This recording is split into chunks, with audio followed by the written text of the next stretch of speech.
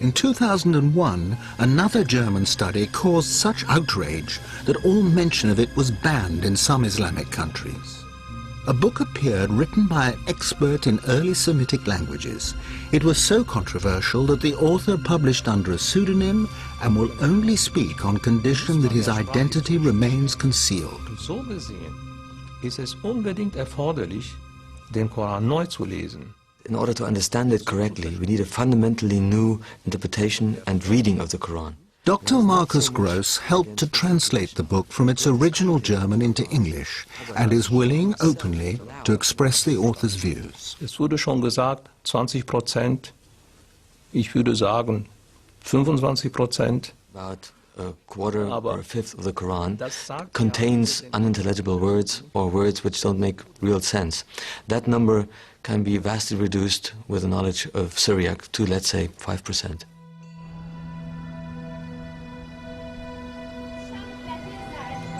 Syriac, or Syro-Aramaic, had become one of the dominant languages of Christian liturgy by the 3rd century. Christ spoke Aramaic, and it can still be heard in remote Christian communities like this town of Malula in Syria.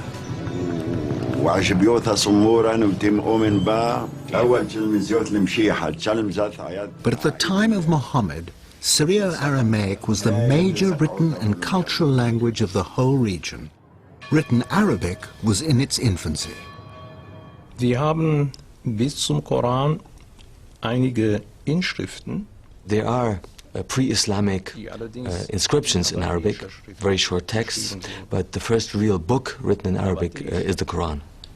But you're saying the Quran is written in 2 languages. Ja, ich würde sagen, es gibt ja kaum eine Kultursprache. In many areas in the world, languages mix constantly, all the time. Denn to make it understandable to a speaker of English, you have to go back about 1,000 years. Imagine the Anglo-Saxon peasant talking to his master, who was a Norman and spoke a mixed language of French and an Anglo-Saxon. And you could only understand that mixed language with a knowledge of both. Muslim scholars of the past had the confidence to acknowledge foreign words in the Quran. In the 10th century, Al-Tabari, one of the most respected commentators, identified Hebrew, Latin, Greek, Persian, Abyssinian, and Syriac words. The difference, though, is that Luxembourg is claiming new meanings that have never been suggested before.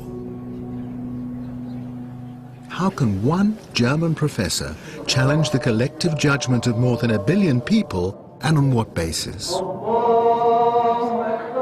What method does he use? Ich bin natürlich bemüht, zunächst einmal eine arabische Lesung und eine arabische. Whenever I try to find a solution for an unclear passage, the first step is to try to find an overlooked meaning of an Arabic word which is not used today, but which can be found in old dictionaries, something that the commentators didn't consider. Only if that is not possible, I take into consideration the meaning of the root, of the corresponding root in Syriac, or a possible misreading. Misreading in this case means that undotted text was dotted wrongly. Then there's also the possibility that a Syriac letter was by mistake written within an Arabic text. Using these methods, Luxembourg examined some of the most obscure passages of the Quran. After Mary has given birth to Jesus, in the Arabic Quran, the archangel says to her, "Be not sad, your Lord has placed a little river beneath you." In Luxembourg's version, "Be not sad, your Lord has made your delivery legitimate." And there are other highly contentious examples. God's command to a skeptic in Arabic, "Look at your food and drink, look at your ass," becomes "Look at your condition and look at your overall state." At the end of the world, the earth steps forward in Arabic. In Syriac, the earth splits open. Plausible to some, but do any of these changes affect the central precepts of Islam? Or is Luxembourg just adding a little poetic color here and there? Was soziale Gepflogenheiten angeht, wie zum Beispiel It's certainly not key precepts like the existence of God or afterlife, which is challenged by my interpretation, but many everyday customs. One example is the veil. The Quranic verse adduced to prove their position talked about humur, which had to be beaten on the pockets. The sentence was a bit obscure. It's usually rendered that it means cover your head and your cleavage.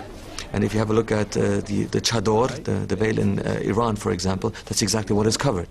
Aramäisch, Gmar, dann verstehe ich ein Gürtel. But with my Syriac interpretation of the verse, my translation is, put your belt around your hips.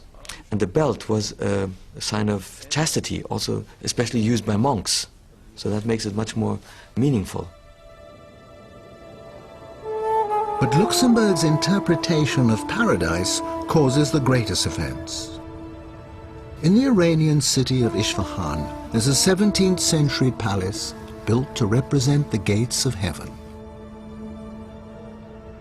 The cool greens of the gardens beyond express the longings of a desert people and are beautifully described in the Koran, along with flowing fountains and the favors of huris, usually understood as wide-eyed virgins.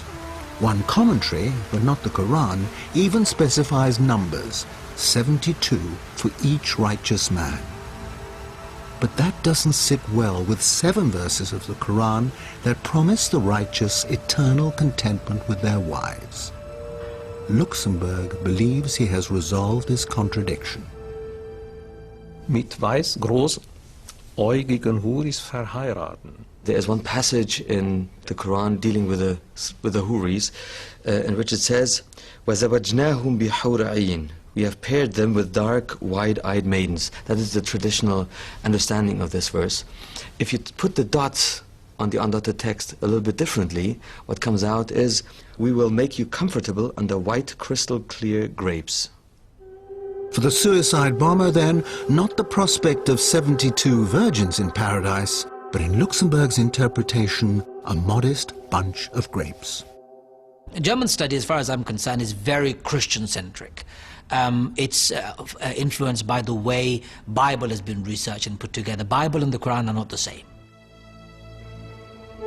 It is the connection Luxemburg makes with Christian symbolism that is highly inflammatory to many, but a persuasive argument to others.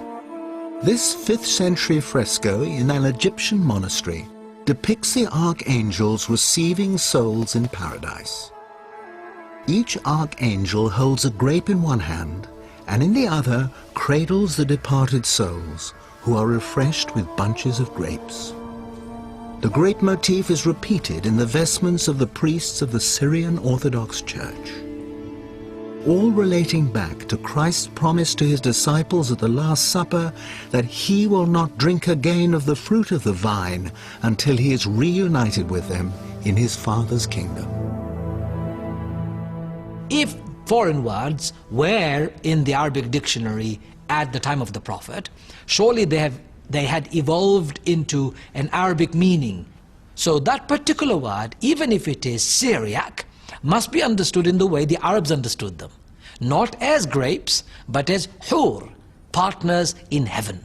I think we all understand that it's symbolic, that we have to go beyond the images and the way we look at the paradise, for example.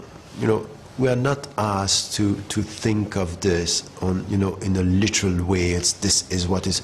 We don't know. It's just for us a description of what is going to be beautiful beyond your imagination.